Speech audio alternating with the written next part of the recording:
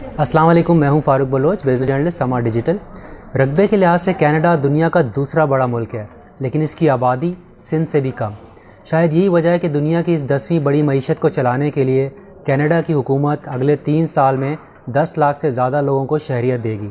यानी 2022 तक हर साल 3.5 लाख से ज़्यादा लोग कनाडा जा पाएंगे। लेकिन कनाडा ही क्यों? US world and news report के मुताबिक मयार ज़िंदगी के लिहाज से कनाडा दुनिया में नंबर 1 पर आता है। ये दुनिया के 6 महफूज तरीन ममालिक में से एक है। यहाँ पर तालीम और सेहत का जो निज़ाम है वो वर्ल्ड क्लास है। 12वीं जमात तक पब्लिक स्कूलों में फ़ीस ही नहीं देनी होती, जबकि सेहत, इलाज, मुआवजे की जो सहूलियात हैं चंद एक चीज़ों को छोड़कर वो बिल्कुल मुफ्त है। यहाँ तक कि कनाडा का शुमार उन ममालिक में होता है जो कम से कम तनख्वाह यानी मिनिमम वेज के लिहाज से भी बहुत ज़्यादा सैलरी देने वाले ममालिक में शामिल हैं।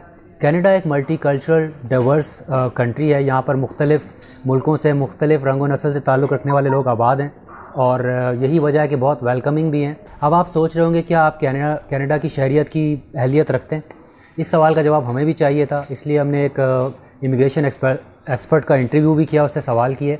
कैनेडियन हुकूमत से भी हमने कुछ सवालात किए, उनका जवाब क्या था वो भी आपको बताएंगे। साथ ही में हमने उनसे कुछ 5-6 साल का डेटा हासिल किया, इसमें ज़बरदस्त इंसाइट्स हैं, वो भी आपसे शेयर करेंगे।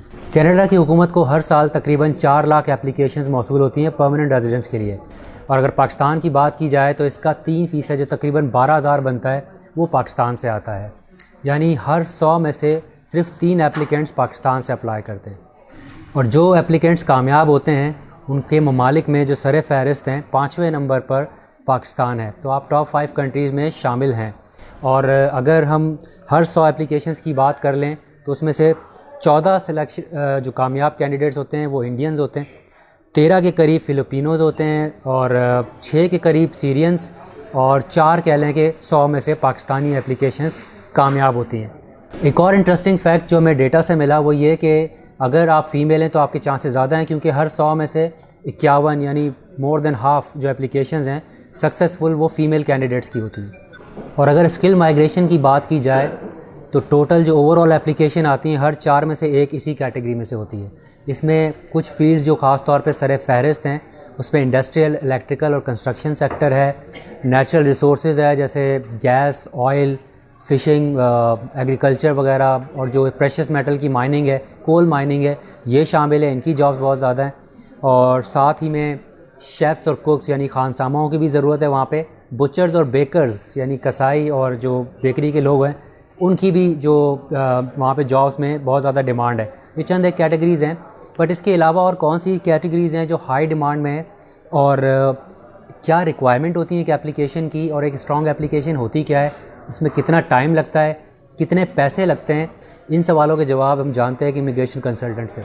देखिए, कैटेगरीज़ की तो एक पूरी लिस्ट है काफ़ी लंबी, लेकिन जो मेजर अगर हम बात करें जिनकी उनको बहुत ज़्यादा इमीडिएट ज़रूरत है उसमें इंजीनियरिंग और आईटी सबसे ज़्यादा। उन्होंने स्पेसिफाई किया था कि हम 1,95,000 आईटी के लोग लेंगे, क्योंकि उनके पास जो सबसे शॉर्टेज है वो आईटी, और आईटी में उन्होंने फिर फर्दर कैटेगराइज़ किया कि सॉफ्टवेयर वाले सबसे ज़्यादा चाहिए, उसके बाद उनको फिर क्लाउड प्रोफेशनल्स चाहिए, फिर उसके बाद उनको नेटवर्क के लोग, फिर सिक्योरिटी के लोग, फिर आपके पास अगर थोड़ा सा नीचे चले जाएँ तो उनको बहुत जल्दी जो लोग चाहिए उनमें कारपेंटर, क्राफ्ट्समैन, प्लम्बर्स, जो लेबर कैटेगरी है उनका वीज़ा भी बहुत फास्ट प्रोसेस होता है। और नॉर्मल कैटेगरीज में अगर आप आएँ, अगर टॉप 10 अगर आप कहते हैं तो उसमें अकाउंटेंट्स भी हैं, उसमें आपके पास ऑडिटर्स भी हैं, ये लोग भी उनके लिस्ट में हैं जो कि वो जल्दी पिक करते हैं। इन शॉर्ट अगर आप लोगों को समझाना चाहें तो इस वक्त कोई भी अप्लाई कर सकता है किसी भी फील्ड का, बस जो कॉमन फील्ड होगी उसका कॉम्पिटिशन ज़्यादा होगा, और जो ज़रा डिफरेंट फील्ड होगी, आईटी होगा या इंजीनियरिंग होगा, तो उसके चांसेस ज़्यादा होंगे जल्दी जाने के उसमें से। एक अच्छी इमिग्रेशन की एप्लीकेशन की जो मेजर चीज़ें हैं वो है आइल्स का CLB लेवल 9 का score. CLB level 9 is 8 listening और बाकी तीनों मॉडल्स में 7। और अगर आप मिनिमम पे आ जाते हैं कि minimum score to get into express entry is 6.5 with 6 in each module. Canada की मास्टर डिग्री के लिए आपके पास 4 इयर्स बैचलर्स और 2 ईयर मास्टर प्रोग्राम होगा, तो वो आइडियल होगा उस प्रोफाइल के लिए। और मिनिमम आपके पास 5 ईयर्स का एक्सपीरियंस होगा, दैट प्रोफाइल विल बी, वो प्रोफाइल काफ़ी स्ट्रॉन्ग मानी जाएगी। पहला स्टेप होता है आइल्स के अलावा वो है डिग्री असेसमेंट। डिग्री असेसमेंट अगर आपकी यूनिवर्सिटी NAD की है या कराची यूनिवर्सिटी है तो उसमें टाइम कम लगता है, लेकिन अगर आपकी डिग्री किसी ऐसी यूनिवर्सिटीज़ की हैं जिनकी रेपुटेशन अच्छी नहीं है, मैं नाम नहीं लेना चाह रहा उनके, तो वो टाइम बहुत ज़्यादा ले लेते हैं। 6-6 महीने 8-8 महीने तक असेसमेंट ही वापस नहीं आती वहाँ से। लेकिन अगर आप फाइनल वीज़ा का प्रोसेस टाइम पूछेंगे वो फिक्स है, जिसको हम एक्सप्रेस एंट्री कहते हैं। वो 6 मंथ्स के अंदर उनको आपका वीज़ा अलॉट करना है। कनाडा कंपैरेटिवली सबसे सस्ता मुल्क है अप्लाई करने के लिए। नॉर्मली आइल्स की जो फ़ीस इस पर चल रही है वो एवरेज 35,000 एवरेज जो फ़ीस आइल्स की किसी भी सेंटर से आप देते हैं वो है। असेसमेंट की ऑन एवरेज कॉस्ट $275 है।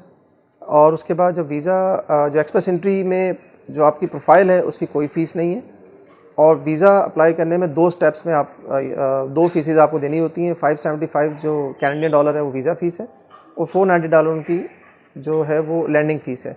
ये आप अलग अलग भी पे कर सकते हैं, बट दोनों फ़ीस वीज़ा लगने से पहले देनी है। तो एक इंडिविजुअल की अगर आप कॉस्ट टोटल निकालें तो अराउंड $1300-1400 कैनेडियन उसको चाहिए, जो कि 1.5 लाख रुपये पाकिस्तानी बनते हैं। तो ये अगर एक इंडिविजुअल खुद कर रहा है तो उसकी कॉस्ट है। लेकिन एक चीज़ इंपॉर्टेंट है कि कनाडा को फाइनल वीज़ा के टाइम पे आपसे बैंक स्टेटमेंट चाहिए।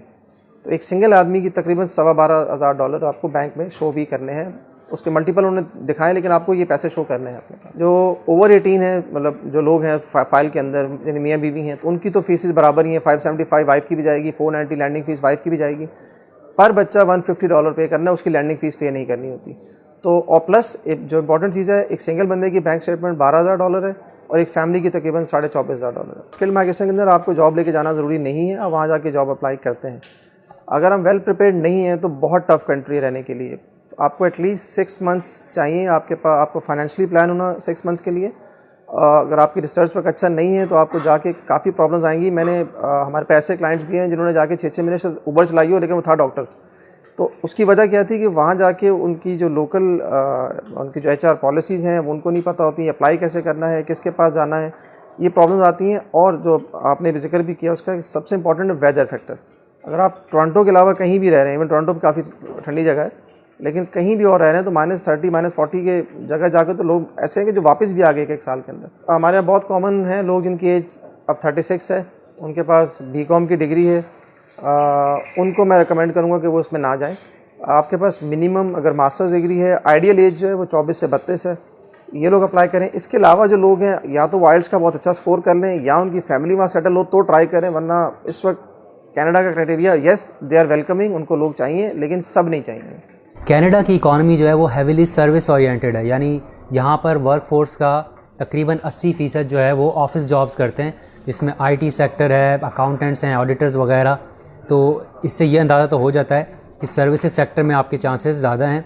लेकिन जो इनकी फास्टेस्ट ग्रोइंग इंडस्ट्री है विद इन सर्विसेज वो टेक्नोलॉजी सेक्टर है, जिसमें ऑब्वियसली जैसे आपने कंसल्टेंट को भी सुना, IT के अंदर जो जॉब्स हैं उनकी ज़्यादा डिमांड है। और जो सबसे ज़्यादा सक्सेसफुल एज ब्रैकेट है या एज ग्रुप है उन एप्लीकेंट्स का जिनको परमानेंट रेजिडेंस मिल जाती है, वो है 30 साल से लेकर 44 साल तक। यानी ये वो एज ब्रैकेट है जिसमें सबसे ज़्यादा लोगों की एप्लीकेशंस एक्सेप्ट होती हैं। लेकिन आप मायूस मत होइएगा, क्योंकि अगर आप यंग हैं तो एक और तरीका भी है कनाडा में जाने का, और वो है स्टूडेंट वीज़ा। अगर आपकी कैनेडियन डिग्री है तो आप वहाँ पे ही रहते हुए वो आपको एक सर्टेन टेम्परेरी रेजिडेंस दे देंगे, अपनी PR को वहाँ पे प्रोसेस कर सकते हैं। और जो डिग्री वहाँ से कर लेता है उसकी इमिग्रेशन बहुत आसान है। वो प्रेफर करते हैं उन लोगों को जिनकी डिग्री कैनेडियन है। जो आपकी डिग्री जब कंप्लीट हो जाती है तो उसके बाद आपको कनाडा 3 साल का टेम्परेरी रेजिडेंस कह लें वो आपको दे देता है।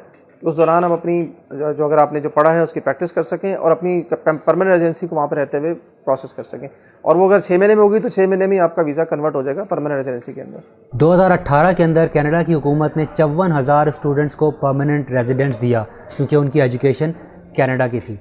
और इस हवाले से इन्होंने एक जो स्कीम मुतारिफ़ कराई है, उसका नाम है student direct stream visa policy. इसके अंदर जब आपका एक बार कैनेडियन यूनिवर्सिटी में, और ये मखसूस यूनिवर्सिटीज़ होती हैं जिनमें आपको एडमिशन लेना है, एडमिशन अगर आपका आ जाए तो सिर्फ 25 दिन के अंदर आपको वीज़ा मिल जाता है। न्यू स्ट्रीम में ये है कि उसमें स्टूडेंट को वहाँ पे एक तो जो डेजिग्नेटेड यूनिवर्सिटीज़ हैं, जो स्टेट यूनिवर्सिटीज़ हैं, उनमें एडमिशन लेना है और $10,000 डिपॉजिट करना है अपने ही फिक्स्ड अकाउंट के अंदर कनाडा के अंदर। बैचलर्स के केस के अंदर आपको सिर्फ अपना जो इंटरमीडिएट या A लेवल्स दिखाना है और आइल्स का स्कोर दिखाना है प्लस बैंक स्टेटमेंट। और मास्टर्स के कोर्स के अंदर जहाँ पे आपका गैप क्रिएट हो जाता है, अगर आप 2-3 साल की जॉब के बाद अप्लाई कर रहे हैं डिग्री प्रोग्राम के लिए, तो आपको वो 2-3 साल का एक्सपीरियंस लेटर भी एक्स्ट्रा रिक्वायर्ड होता है उसमें। मास्टर्स प्रोग्राम के लिए minimum 6.5 with 6 in each module required होगा किसी भी एक स्टूडेंट वीज़ा के लिए। जो नई स्ट्रीम आई है जिसमें 25 दिन में वीज़ा आ रहा है, उसकी मिनिमम रिक्वायरमेंट 6.5 बैंड ही है विद 6 इन ईच मॉड्यूल। इस वीडियो के हवाले से कोई फीडबैक आपने हमें देना है, कमेंट्स की सूरत में और शेयर्स की सूरत में आप हमें दे सकते हैं। आपसे फिर मुलाकात होगी। अल्लाह हाफ़िज़।